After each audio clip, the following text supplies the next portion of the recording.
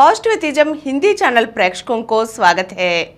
हम प्रमुख नास्तिक गौरा जी से लिखी हुई मैं नास्तिक हूं पुस्तक से अनेक अंशों को जान रहे हैं ना।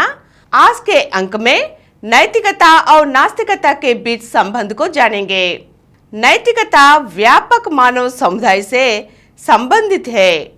सरकार इसका एक महत्वपूर्ण अंग है। सत्याग्रहियों का उस नीति का सामना तब तक करना पड़ेगा जब तक सरकार में कम या ज्यादा दोनों की पोषण की व्यवस्था है।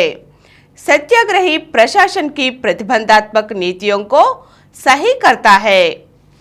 क्योंकि एक नास्तिक एक सत्याग्रही होता है, इसलिए एक नास्तिक का राजनीति से निरंतर घनिष्ठ संबंध होता है।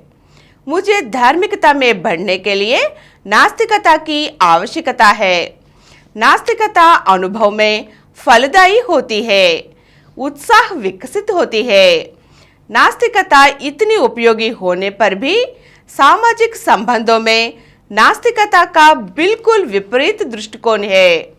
यह मुझे बहुत हैरान करता है।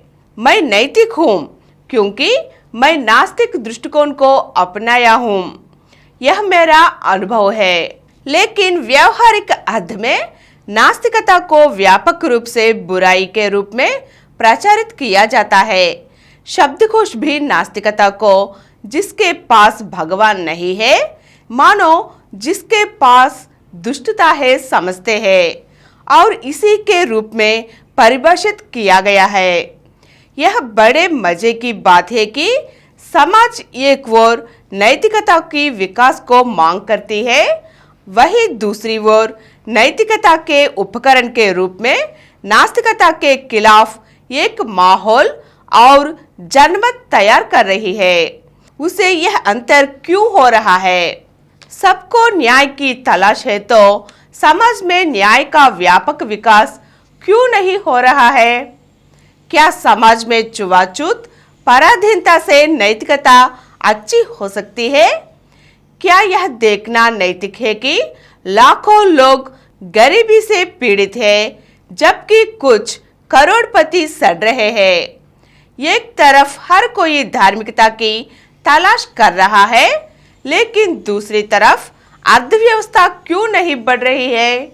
इसके बारे में सोचेंगे तो पता चलेगा कि वर्तमान सामाजिक स्थिति में अनेक दोष है। कुछ महान अवसरों का आनंद लेते हैं तो कुछ निंदा पाते हैं। नैतिकता प्रबल हो तो कम या ज्यादा नहीं हो सकता। समाज में नैतिकता की व्यापकता का अर्थ है सभी के लिए जीवन के समान अवसर।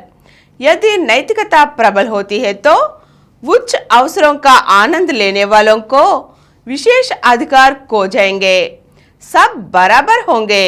इसलिए इन उच्च अवसरों का आनंद लेने वाले धार्मिकता को ऊपर मत उठने देते, क्योंकि नैतिकता सामुदायिक भवन की नींव है।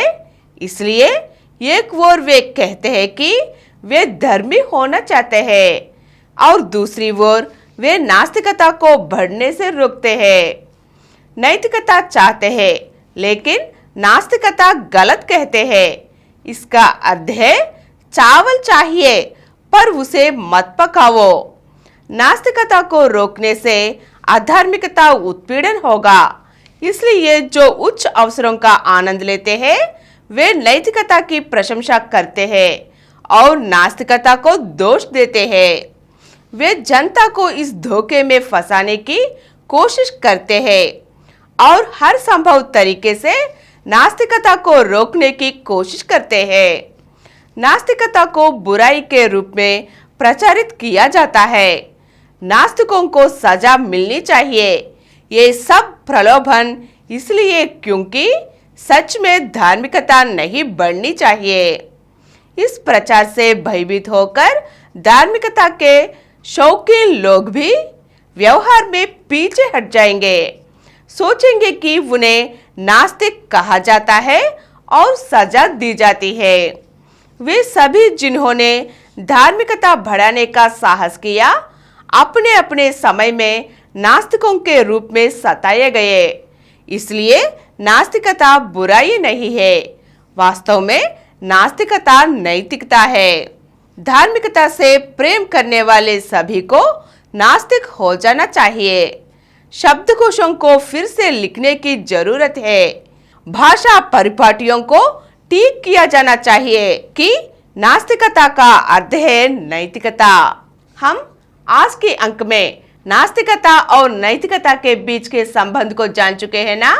अगले अंक में फिर मिलेंगे। धन्यवाद।